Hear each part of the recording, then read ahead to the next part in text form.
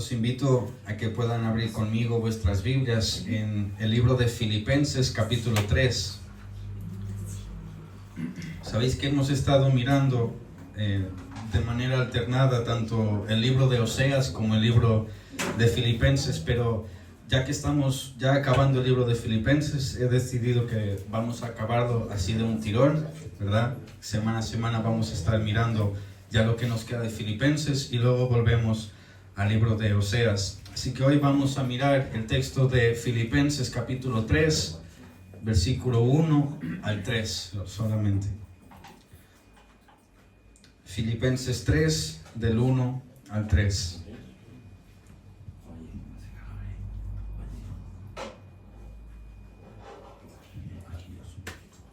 Aquellos que no tengan sus Biblias físicas o en sus móviles tienen aquí en la pantalla. Hermanos, saben que yo como vengo de Portugal, ahí hay mucha tradición católica. Y cuando es el día ahí de Fátima y tal, ellos siempre salen a la calle y normalmente hace mucho calor. Y están siempre también con abanicos blancos y me hacéis acordar a eso porque estáis todos ahí con vuestros libros, Biblias, de todo. Sí. Hace bastante calor hoy, hermanos. Si lo tienen, Filipenses capítulo 3. Amén. Vamos a leer entonces los 3 primeros versículos y dicen: Por lo demás, hermanos, gozaos en el Señor. A mí no me es molesto de escribiros las mismas cosas, y para vosotros es seguro. Guardaos de los perros, guardaos de los malos obreros, guardaos de los mutiladores del cuerpo, porque nosotros somos la circuncisión, los que en espíritu servimos a Dios y nos gloriamos en Cristo Jesús, no teniendo confianza en la carne. Hasta aquí, hermanos. Vamos a hacer una breve oración antes de empezar a exponer el texto, hermanos. Señor Jesús, te rogamos, oh Dios, que tu Santo Espíritu, Señor, nos abra el corazón, Señor, para que podamos entender tu palabra y atesorar de nosotros, Señor. Señor, que podamos salir de aquí edificados, oh Dios, con tu palabra, que seamos hacedores y no solamente oidores de tu palabra, Señor, y que tú vengas a edificar a tu iglesia en esta noche, Señor. Te lo rogamos, Señor, en el nombre de Cristo Jesús. Amén. Amén, Señor. Hermanos, el título de hoy de la predicación se llama La falsa religión es un enemigo del Evangelio. Hermanos, para entrar un poco en el tema, fijémonos en el mundo en el que vivimos actualmente, en donde cada persona, la verdad es que busca acercarse a Dios, aunque normalmente no tienen muy bien definido quién es ese único y verdadero Dios, ¿verdad? Pero lo cierto es que vemos que hay ciertamente una búsqueda de Dios, pero el problema es que no es a través del único a quien se puede buscar a Dios, a través del único camino, ¿verdad? Buscan a Dios sin buscar a Cristo. Ahora, estos que buscan la paz en Dios, aunque por otros medios, incluso dentro de la iglesia, hermanos, lo pueden estar haciendo mediante rituales, mediante tradiciones humanas, mediante su propia disciplina o incluso su moralidad, por creerse superior a los demás en cuanto a cómo vivimos nuestra vida, ¿verdad? Hay algunos que buscan tener esa paz con Dios a través de todo esto, pero todas estas cosas son ajenas a Cristo. Es como si estuviéramos agregando algo más a la obra de Cristo, ¿verdad? Y con eso buscamos tener paz para con Dios. Aún dentro de la iglesia, hermano, hay muchas veces que sustituimos el gozo de la salvación, como lo dice el rey David en el Salmo 51, y lo sustituimos por una clase de culpa, como si siempre tuviéramos que sentir culpa, ¿verdad? Y siempre estar como siendo culpables de todo, y eso es lo que nos hace como estar más cerca de Dios, porque soy muy culpable, porque reconozco mucho mi culpa, entonces yo estoy cerca de Dios. Pero realmente vamos a ver a través de este texto que no es así.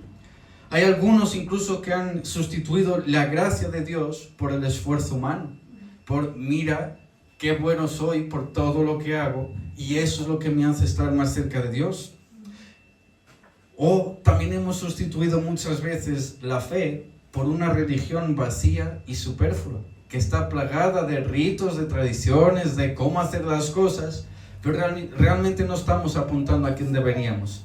Realmente estamos haciendo algo que no tiene como un fundamento, no tiene un sentido. Ahora, Filipenses 3 nos va a recordar una gran verdad, hermano. La religión que no se apoya en Cristo puede y definitivamente, en mi opinión, es el mayor enemigo del Evangelio. Vuelvo a repetir, hermanos, la religión que no se apoya en Cristo es el mayor enemigo del Evangelio. Hermanos, Pablo en este texto nos va a describir a creyentes que están siendo acechados, que tienen ciertos problemas con algunos falsos maestros, que están predicando una fe contaminada por el legalismo. Hoy vamos a ver bastante de este tema, pero en estos versículos Pablo lo que les va a decir fundamentalmente es: hermanos, tengan cuidado, cuídense de los falsos maestros, de sus doctrinas, pero no pierdan el gozo. Y recordemos que esta es la carta del gozo, escrita desde una cárcel. Así que vamos al primer punto de hoy, hermanos. Tiene por nombre: el gozo verdadero es un ancla para tiempos de confusión. Y vamos a volver a leer el versículo 1. Por lo demás, hermanos, gozaos en el Señor. A mí no me es molesto el escribiros las mismas cosas, y para vosotros es seguro. Pablo va a repetir una vez más este llamado al gozo, hermanos, a través de esta carta, y lo hace una y otra vez. Y Pablo no tiene simplemente aquí un gozo puramente emocional, aunque ya lo hemos dicho varias veces, no hay nada en contra de las emociones, pero Pablo aquí no está apelando a simplemente emocionarse porque sí, sino que tiene que ver con un gozaros espiritualmente, un gozaos en el Señor. ¿Esto con qué tiene que ver? Pablo les está diciendo: no te goces en lo que tú haces, no te goces en lo que tú logras, no te goces en lo que tú aparentas, gózate en Dios. Que tu gozo sea el Señor, no tus méritos, no tus obras, no tengas orgullo propio en ese sentido, sino que tu gozo sea el Señor. Esto es a lo que está apuntando Pablo. Ahora, ¿por qué Pablo lo repite una y otra y otra y otra vez? De que nos gocemos en el Señor, de que estemos gozosos en la salvación, en el vivir cristiano, que a pesar de luchas y dificultades, acuérdense nuevamente, escribe esto desde una cárcel. ¿Por qué Pablo está siempre recalcando en esta carta: gozaos, tened gozo unos con otros, gozaos en el Señor? Básicamente, hermanos, porque el gozo es una vacuna contra el legalismo que se estaba predicando en la iglesia de los filipenses. Cuando alguien pierde el gozo de la gracia, hermano, empieza a buscar la seguridad de la salvación en su rendimiento espiritual, en aquello que él hace. Empieza a dar importancia, hermanos, a sus obras, y de cierta manera incluso empieza como a jactarse de ellas. Empieza simplemente a decir: mira qué buen cristiano soy por todo lo que hago.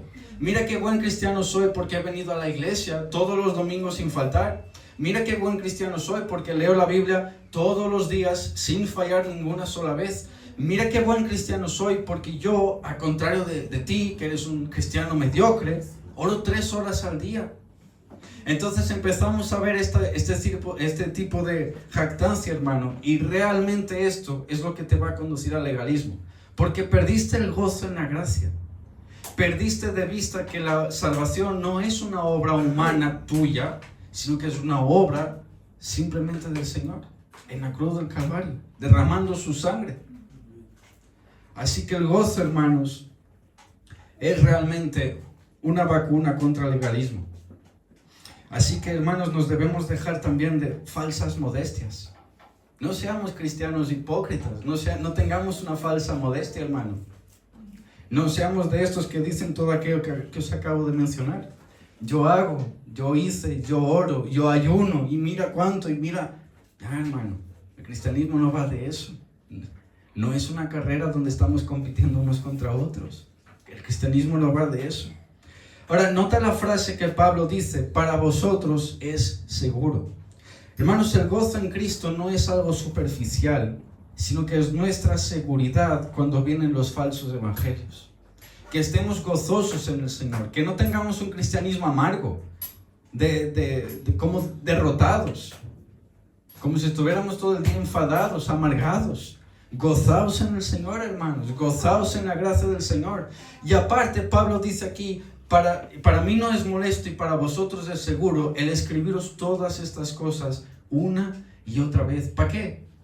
Para que permanezcáis en la verdad, para que os gocéis en la verdad, para que no deis oídos a aquellos que van a venir con nuevas doctrinas, con nuevas ideas del cristianismo, mira, para ser salvo tienes que hacer esto, o tienes que hacer aquello, o no puedes comer esto, o no puedes comer aquello, sino permanece en aquello que te hemos enseñado. Los apóstoles, digo. Ahora, los falsos evangelios, hermanos, suelen traer consigo una serie de normas que lo único que hacen al cristiano es quitarle el gozo y llenarlo de cargas. El falso evangelio nunca, pero nunca te va a quitar un peso, sino que siempre te va a añadir, siempre te va a imponer cargas, siempre te va a imponer leyes que el Señor no impone, siempre te va a decir, haz esto cuando el Señor no dijo que lo hicieras, o no hagas cuando el Señor no dijo nada de eso. El falso evangelio siempre va a traer consigo cargas impuestas. Mira, tuvimos aquí al pastor Alpizar y él nos estuvo explicando sobre los judaizantes, ¿verdad? Y los vamos a ver en este mismo texto. Pero ahí tenemos un claro ejemplo. Es un evangelio con cargas impuestas. No les importa la gracia, no la creen, no viven gozosos en la gracia, porque su salvación depende de que cumplan la ley. Todavía están esclavos a la ley, hermano. Ahora yo te quiero preguntar, hermano, ¿cómo anda tu gozo? ¿Te estás gozando en Cristo realmente? ¿O llevas el seguir a Cristo y la fe como una carga, como si fuera un peso? El ser cristiano para ti, hermano, ¿cómo es que lo expresas para los demás? Cuando tú dices a los demás que voy a la iglesia, por ejemplo, el domingo, ¿cómo lo dices? Como si fuera como una obligación, una carga, algo que te desanima, algo que te deja como sin ganas de venir. ¿O realmente vienes contento? Para ti el servir a Cristo, el seguir a Cristo, ¿es gozoso o te está haciendo una carga, hermano? ¿Cómo estás viviendo tu cristianismo? Debemos reflexionar en esto. Y también, hermanos, si nosotros no hablamos del gozo del Señor, lo único que vamos a terminar por fabricar son discípulos cansados, son discípulos religiosos, pero son discípulos que no han sido regenerados, porque todavía no conocen de la gracia del Señor. Hermano, tú le puedes meter toda la Biblia en la mente de una persona, pero si esto no le cambia el corazón, lo único que tendrás es un muy buen religioso, pero un muy mal cristiano. De hecho, no será ni siquiera cristiano, hermano. Debes vivir tu vida gozoso en el Señor. No debemos imponer cargas a nuestros hermanos, las cuales el Señor no las impone. Hermano, para que el pueblo viva en libertad, tú no debes engañarles para tratar de protegerlos. Porque ¿qué dice Juan 8, 31 al 32? Vamos a leer, hermanos. Juan 8, 31 y 32.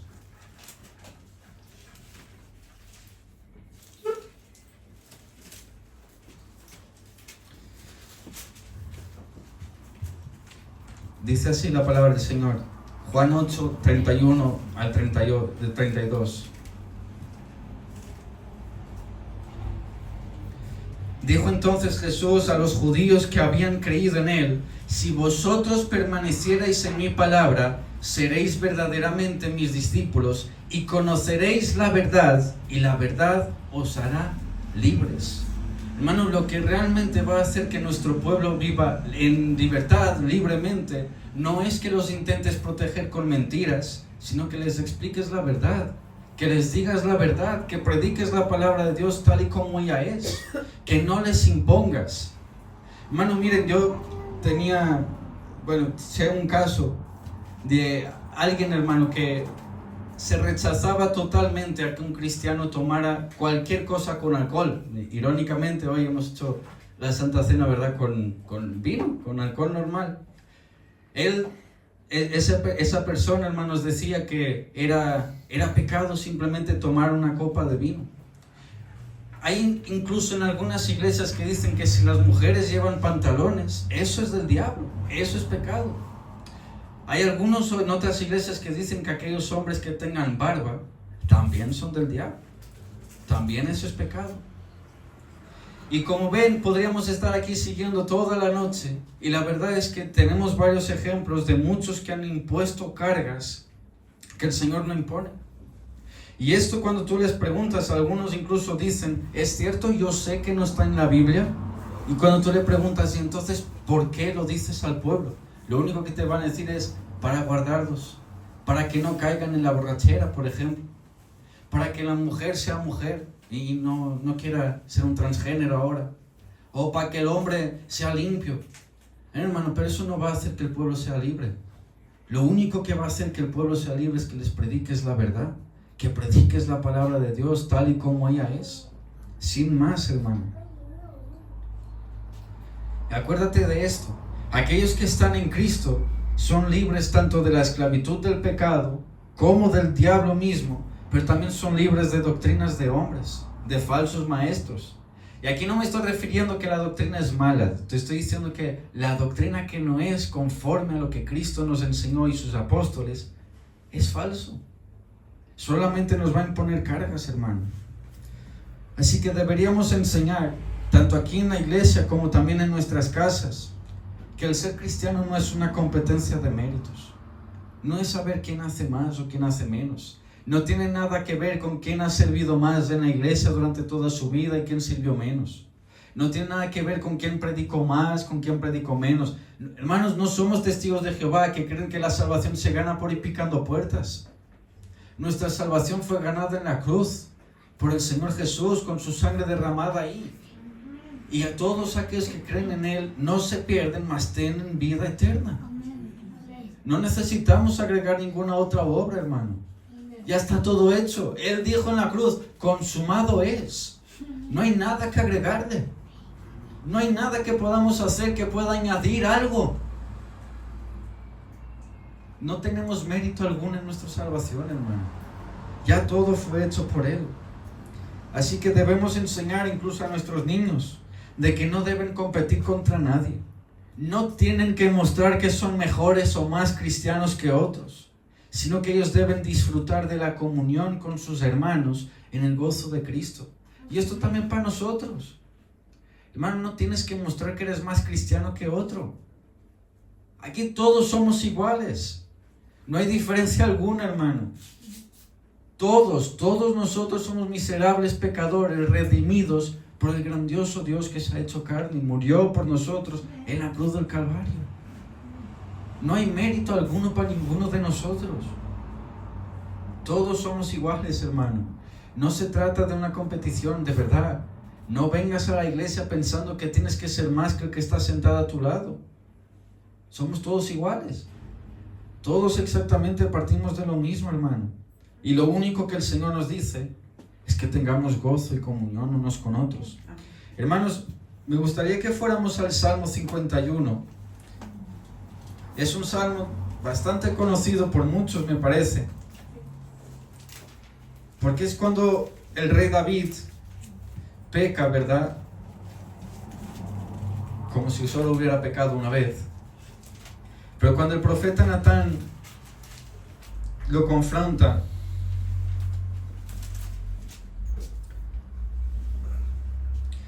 cuando David tuvo relaciones con Betsabé, ¿verdad? La mujer, si no me equivoco, de Urías, le robó la mujer. Y miren lo que el rey David nos dice. Aquí este salmo es un salmo de arrepentimiento, de pedir perdón.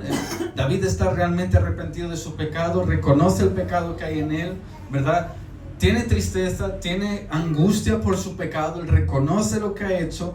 Pero miren el versículo 12, después de haber pedido perdón durante todo el salmo, diciendo, tú eres justo, Señor, perdóname, ¿verdad? Miren el versículo 12, vuélveme el gozo de tu salvación y espíritu noble me sustenta. Miren, hermanos, es curioso porque David no pide que se le devuelva la dignidad. David no pide que la gente lo vuelva a ver como aquel perfecto rey que nada malo ha hecho. David no pide al Señor que le sea como restituida su fama social, por así decirlo. Lo único que David le pide es, vuélveme el gozo de tu salvación. Haz que sea otra vez gozoso en tu salvación, que tenga alegría en tus caminos, que esté gozoso en servirte, Señor. Que esta angustia se me vaya, que te sirva con gozo. Y David, no quieres que la gente piense, no, la verdad es que no, todos pecan. Y no estoy diciendo esto a modo de excusarnos. Pero realmente lo que David buscaba aquí es, vuélveme el gozo de tu salvación. Si me tienes que quitar el reino, quítalo. Si me tienes que quitar los hijos, quítalos. Si me tengo que morir, mátame. Pero Señor, vuélveme el gozo de tu salvación. Haz que te sirva gozoso. Que el andar cristiano no me sea una carga. Que tú seas mi gozo, Señor. Hermanos, simplemente un consejo. Disfruta de tu salvación. El Señor te la dio para que tú la disfrutes. No para que la encierres en casita y no la quites de ahí. Vive en libertad. Disfruta, hermano, de lo que el Señor te ha dado. No te vayas a extremos ni a excesos, pero disfruta de lo que el Señor realmente te dio, hermano.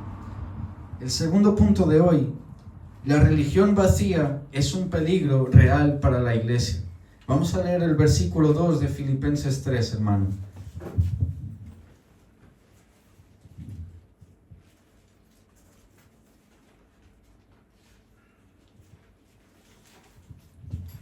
Versículo 2 de Filipenses 3 dice: guardaos de los perros, guardaos de los malos obreros, guardaos de los mutiladores del cuerpo.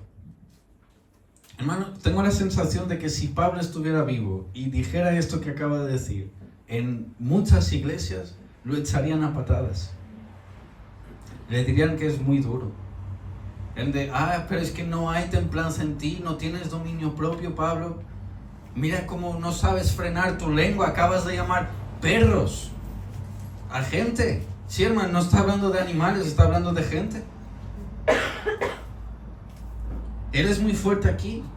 Lo que Pablo está diciendo es que aquellos que distorsionan el evangelio, para Pablo, son perros. Él no se anda aquí con chiquitas, como se dice en Latinoamérica, sino que simplemente dice las cosas como son. Hermanos, a quien Pablo aquí se está refiriendo es a los judaizantes, aquellos que el pastor Alpizar nos ha presentado aquí en sus conferencias. Son aquellas personas que enseñaban que para ser salvo no bastaba con Cristo, sino que se debía añadir la circuncisión, la obediencia a la ley. Vamos, que tú como gentil tenías que vivir como un judío bajo la ley de Moisés. A la obra de Cristo, ellos añadían la obediencia a la ley para justificación, para ganarse la salvación, no como un modo de santificación o protección de, mira, no me voy a pasar de aquí porque sí, esto es pecado, sino que te decían, tú tienes que guardarla para salvarte, para ser salvo. Eso, hermano, es el puro legalismo. A esto es lo que Pablo se refiere con el legalismo. Ahora, es curioso porque varias veces en la Escritura, hermanos, nosotros vemos que hay algunos textos que se refieren a algunas personas como perros. No es el único texto este. Y cuando lo hace, fíjate lo que nos quiere mostrar. En Mateo 7:6, no vamos a leer por cuestión de tiempo, se refiere a gente que está endurecida y es hostil hacia el Evangelio. En Apocalipsis 22:15 nos dice que son moralmente corruptos y espiritualmente impuros. Y en el Salmo 22:16 nos dice que son enemigos violentos y sin piedad. Hermanos, aquellos que de una u otra manera corrompen el Evangelio de Cristo no se merecen otra descripción que esta que acabamos de leer en estos versículos. Son hostiles, son enemigos de la verdad, no tienen piedad. ¿Qué te crees? ¿Que un falso maestro va a entrar en esta iglesia y va a tener misericordia de ti? Bueno, si puede te va a quitar todo, hasta el alma. No se importan con la gente, no les importa nada. Son perros, mutiladores de cuerpo, malos obreros, si quieres decirlo de otra manera, hijos del diablo. Eso es lo que son. Y hermano, a mí lo que me da temor es que la iglesia evangélica a día de hoy parece ser que le gusta mucho escucharlos. Es verdad, hermano. Mira, volviendo al pastor Alpizar, él decía, ser judaizante es tan fácil que aún Pedro cayó en eso. Y lo vemos en Gálatas capítulo 3, si no me equivoco, capítulo 4. Incluso el apóstol Pedro judaizó a los gentiles, hermano. ¿Crees que esta iglesia está libre de que algún día nos entre por ahí un loco? ¿Un perro de estos? ¿Crees que estamos libres de eso, hermano? ¿Crees que todo el mundo que va a venir aquí lo va a hacer en buena fe? ¿Crees que ninguno nos va a intentar engañar? ¿Crees que ninguno nos va a querer presentar otro evangelio que no lleva a otro lado sino a la perdición, hermano? La verdad es que todos estamos expuestos a eso. Por eso es que Pablo dice, a mí no me es molesto escribiros otra vez la misma cosa, y para vosotros es seguro. Ahora entendéis por qué siempre repetimos lo mismo, por qué nunca nos movemos de lo que creemos, por qué durante 2000 años la iglesia guarda la fe y prácticamente no se mueve. Porque no es molesto explicar las cosas una y otra vez, y para la iglesia es seguro. Porque estoy seguro, hermanos, que si empezamos a indagar un poquito más en el fondo, incluso algunos de nosotros podríamos tener ciertas ideas que son un poquito ahí ya fuera de lo que, digamos, es la columna central del evangelio. Y es muy fácil creer esto. Ahora, él también dice que son malos obreros, no son obreros del reino. Su intención no es predicar la verdad, sino confundir la mente de las personas. En vez de predicar la libertad que hay en Cristo, imponían cargas. En vez de darles vida, ataban con ritos, esclavizando a los creyentes nuevamente a la carga de la ley.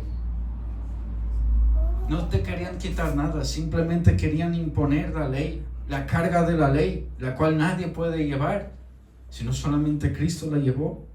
Y además les llaman mutiladores a quienes insistían en la circuncisión física. Pablo lo que les está diciendo es que eso no es una señal de pacto, es solo una herida más en la carne. Para que entendamos lo que era la circuncisión, hermanos, vamos a Génesis 17, versículo 10, rápidamente. Ahí es donde se nos presenta esta marca. Dice así: este es mi pacto que guardaréis entre mí y vosotros, y tu descendencia después de ti será circuncidado todo varón de entre vosotros. Entonces ellos se agarraban a este versículo y decían, ¿ves? Hay que circuncidar a todos. Hay que volver a esclavizarlos a la ley. Ahora, lo que ellos no habían entendido, hermanos, es que esto había sido reemplazado en Cristo, había sido cumplido en Cristo. Y lo que el Señor realmente buscaba no era la circuncisión de la carne, sino del corazón. Esto lo vamos a ver más adelante, hermano. Ahora, en el último punto vamos a ver mejor esta parte. Ahora, hermanos, a día de hoy, igualmente que en los tiempos de Pablo, hay algunos perros y mutiladores de cuerpo que quieren esclavizar a la iglesia de Cristo. Miren, en Perú, fue el caso también que el pastor nos contó aquí, hubo un pastor que en directo, a través de un directo de Facebook, si no me equivoco, se circuncidó. Sí saben lo que es circuncidar, ¿verdad? Es hacer un corte en el... prepucio. Sí, en el prepucio, ¿verdad? Quitarse el prepucio. Justamente. Pues hubo un pastor en Perú que lo hizo en directo, hermano. Y además les dijo ahí a sus congregantes, no exactamente él, sino quien lo hizo, de que las mujeres no tuvieran relaciones con sus hombres hasta que todos en la congregación se circuncidaran.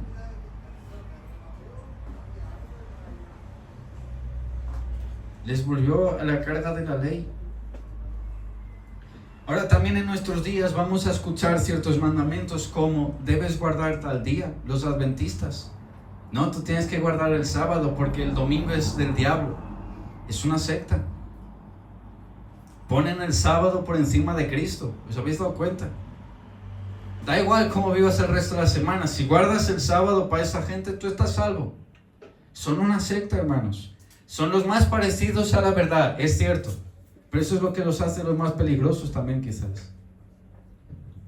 Vas a escuchar también otros que te dicen no puedes comer esto o lo otro. No comas cerdo, no comas camarones, no comas conejo.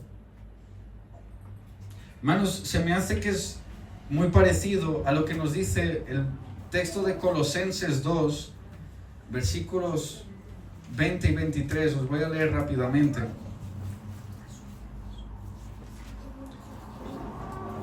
Colosenses 2, versículos 20 al 23. Miren lo que dice. Pues si habéis muerto con Cristo en cuanto a los rudimientos del mundo, ¿por qué, como si vivieseis en el mundo, os sometéis a preceptos tales como no manejes, ni gustes, ni aun toques, en conformidad a mandamientos y doctrinas de hombres, cosas que todas se destruyen con el uso? Tales cosas tienen a la verdad cierta reputación de sabiduría en culto voluntario, en humildad y en duro trato del cuerpo, pero no tienen valor alguno contra los apetitos de la carne. ¿No os parece un poco a lo que vivimos hace poco en Semana Santa? Que la Iglesia Católica prohíbe a sus congregantes: no comáis carne. Hermano, pues no son los únicos que hacen eso. Hay gente que dejamos entrar en la iglesia, no me refiero a esta en concreto, pero a la iglesia evangélica, que te dice exactamente lo mismo, solo que te dice no comas cerdo, guarda el Shabbat. Jesús no es Jesús, es Yeshua, y si dices Jesús estás en pecado. Y muchas más cosas como estas, hermano. Ellos te lo van a vender como algo extremadamente espiritual, como si hubieras descubierto la verdad oculta revelada por el Espíritu Santo ahora en los últimos tiempos, y es literalmente palabras que ellos usan. Pero realmente es que la Biblia, la que sí fue inspirada por el Espíritu Santo, nos dice: eso no tiene poder alguno contra los apetitos de la carne. Son superfluos. Eso no va a traer verdadera santidad, hermano. Estás luchando contra los apetitos de la carne, pero realmente esas cosas no te van a guardar de nada.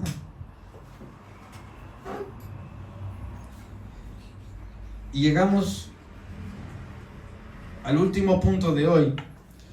La verdadera espiritualidad se define por lo que somos en Cristo. Vamos a leer el versículo 3, hermanos, de Filipenses 3. Os lo leo. Dice: porque nosotros somos la circuncisión, los que en espíritu servimos a Dios y nos gloriamos en Cristo Jesús, no teniendo confianza en la carne. Fíjate cómo Pablo aquí está cambiando el enfoque. Pablo está diciendo que no son los judaizantes los verdaderos circuncidados, sino que la verdadera circuncisión es espiritual y sobre todo la tenemos en Cristo. Ahora, fíjate cuáles son o quiénes son los verdaderos creyentes. Aquellos que incluso en otro lado nos va a decir que son verdaderos judíos según la Escritura, y después lo vamos a leer. En primer lugar, según Pablo, los verdaderos creyentes, hermanos, no son los que se cortan el prepucio, sino que son aquellos que adoran a Dios en el Espíritu, que no lo adoran por formas externas, sino por una vida transformada. Son aquellos que no simplemente vienen a la iglesia, se arreglan y aquí parecen santos, y luego, como decía Spurgeon, en casa son demonios. No, hermano, lo que seas aquí, sélo ahí también fuera, y en tu casa, con tu familia, en tu trabajo, en el mundo. Adora a Dios en el Espíritu, no en una forma externa. ¿Sabes? La adoración no tiene nada que ver con solamente venir aquí el domingo. Tú estás de lunes a domingo adorando a Dios en tu vida, incluso en el trabajo, en casa también. ¿Pero cómo? Si mi trabajo no tiene nada que ver con Dios. ¿Y qué? Y aquel que viene a la iglesia y ese domingo no le tocó hacer nada, ¿qué pasa? ¿No sirvió a Dios? ¿No adoró a Dios? Como hemos visto incluso en el estudio que hicimos en el que hemos tocado el tema de la alabanza. Alabanza no es canto. El canto es una parte de la adoración. Pero no se basa solo en eso. Es toda tu vida. Entonces, ¿quiénes son los verdaderos creyentes? Aquellos que adoran a Dios en el Espíritu. Exacto. Y en verdad. Aquellos que tienen una vida transformada realmente. Pero ¿qué más? Segundo punto. Son aquellos que se glorían en Cristo Jesús. Que no se glorían en su obediencia ni en sus logros. Que su orgullo es Cristo. Que hermano, es curioso, pero es que ahora mismo hay incluso denominaciones que te piden que tengas el título de un seminario para poder servir en el púlpito. Me parece que se han pasado. Y soy consciente que algunos no van a estar muy de acuerdo con esto. Y te digo más, creo que para que sirvas en el púlpito es cierto, debes saber enseñar, debes haber aprendido. Pero un título de seminario, ¿dónde está ese requisito en la Biblia? Hay gente que ahora no, a mí no me llames hermano. Soy doctor en teología, pastor de no sé. Si hasta Cristo dijo, no me avergüenzo de llamaros hermanos. ¿Qué me estás diciendo? Es como si ahora Juan Ramón nos dice, no, a mí me llamas el baterista más grande de toda Andorra. No, hermano, no dejó de ser hermano en ningún momento. Todos somos iguales aquí, ninguno tiene una jerarquía más grande que el otro. Y por último, son aquellos que no confían en la carne, aquellos que no se apoyan en su desempeño, que no se apoyan en su conocimiento, sino solamente en Cristo. Solamente en Cristo, hermano. Ahora, mira lo que dice Deuteronomio capítulo 10, versículo 16. Y esto es para aquellos que digan, no, pero el Señor mandó que se circuncidaran en la carne. Sí, es cierto, pero mira cuál era la intención detrás de todo eso. Porque sí, la circuncisión era la manera visible de hacer ver que esa persona estaba dentro del pueblo del pacto en el Antiguo Testamento, es cierto. Pero mira, Deuteronomio capítulo 10, versículo 16 te dice, circuncidad pues el prepucio de vuestro corazón y no endurezcáis más vuestra cerviz. Y esto lo está diciendo al pueblo que le entregó también esa señal en la carne. Circuncidad vuestro corazón. Ese siempre fue lo que el Señor quería. Eso siempre fue lo que el Señor quería desde un principio. Que el corazón estuviera circuncidado.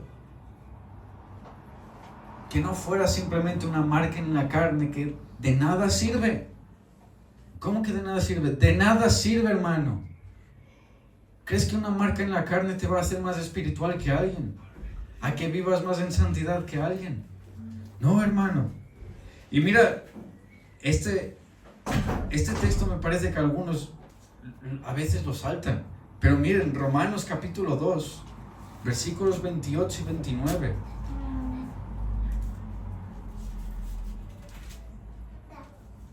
Mira lo que dice Pablo, hermano. Pues no es judío el que lo es exteriormente, ni es la circuncisión la que se hace exteriormente en la carne. Mira ahora, escucha bien. Sino que es judío el que lo es en lo interior, y la circuncisión es la del corazón, en espíritu, no en letra, la alabanza del cual no viene de los hombres, sino de Dios. Hermanos, según este texto, ¿quién es judío? ¿El que nació en Israel? ¿Es eso lo que pone el texto? No. Según este texto, el judío, ¿quién es? El que se circuncidó la carne, que se quitó el prepucio. ¿Ese es el judío? No. Según este texto, ¿quién es un verdadero judío? ¿Quién es, dicho de otra manera, realmente quién es pueblo de Dios? El que tiene el corazón circuncidado por la fe en Cristo. Ya, pero es que él viene de la tribu, da igual de qué tribu venga. Pero es que nació en Israel y es judío y tiene ahí esa cosita en la cabeza y se ha dejado crecer el pelo de lado y da igual. Si no cree en Cristo, es un falso judío.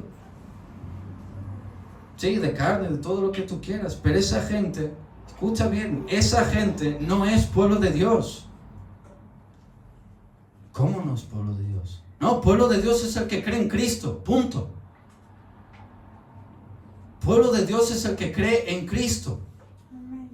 Hermano, yo tuve a alguien que incluso me dijo, ¿sabes que el judío, el que nació en Israel, es salvo simplemente por ser judío, sin necesidad de creer en Cristo? ¡Mentira! Sin Cristo no hay salvación. Hermano, si tú no crees en Cristo, no eres pueblo de Dios. Es así de simple. Pero es que ahora se vende, no, el pueblo de Israel. Y lo más sorprendente, hermanos, es que incluso llegamos a tal punto de fanatismo que justificamos la mortandad que están haciendo en Gaza a día de hoy.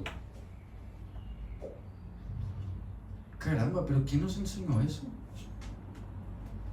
¿Dónde está en la Biblia que tenemos que justificar a un pueblo así? Cuando en Efesios dice, no, de los dos pueblos derribó la pared intermedia y de los dos hizo uno. Ya no hay dos pueblos, hay uno solo. ¿La iglesia quién es? Pues todo aquel que cree en Cristo. ¿Y los judíos? También. El judío que cree en Cristo y el gentil que cree en Cristo. Los que creen en Cristo son la iglesia. Cristo no tiene dos novias. No hay dos pueblos. No te tienes que ir a Israel, hermano, y hacer todas esas cosas que ellos hacen, para no decirlo de otra manera. Es de Cristo es del pueblo de Dios el que cree en Cristo, hermano. Incluso Jeremías 4:4 repite exactamente lo mismo. Circuncidaos al Señor y quitad el prepucio de vuestro corazón. Una y otra vez les está diciendo, lo que vale, hermanos, es que el corazón esté circuncidado. De nada sirve que vuestra carne lo esté si en verdad seguís viviendo como mundanos.